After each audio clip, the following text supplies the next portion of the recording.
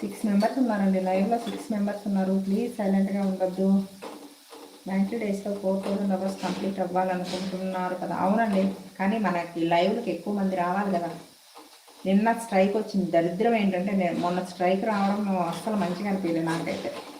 Views కూడా అప్పటి నుంచి అంతగా వెళ్ళట్లేదండి.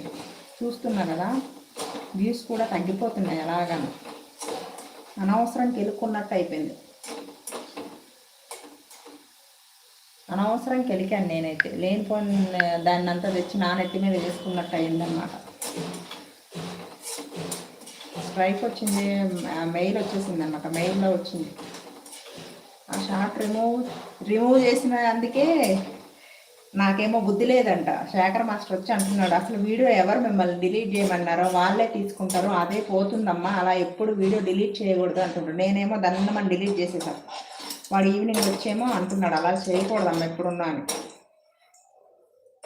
నాకు ఒకసారి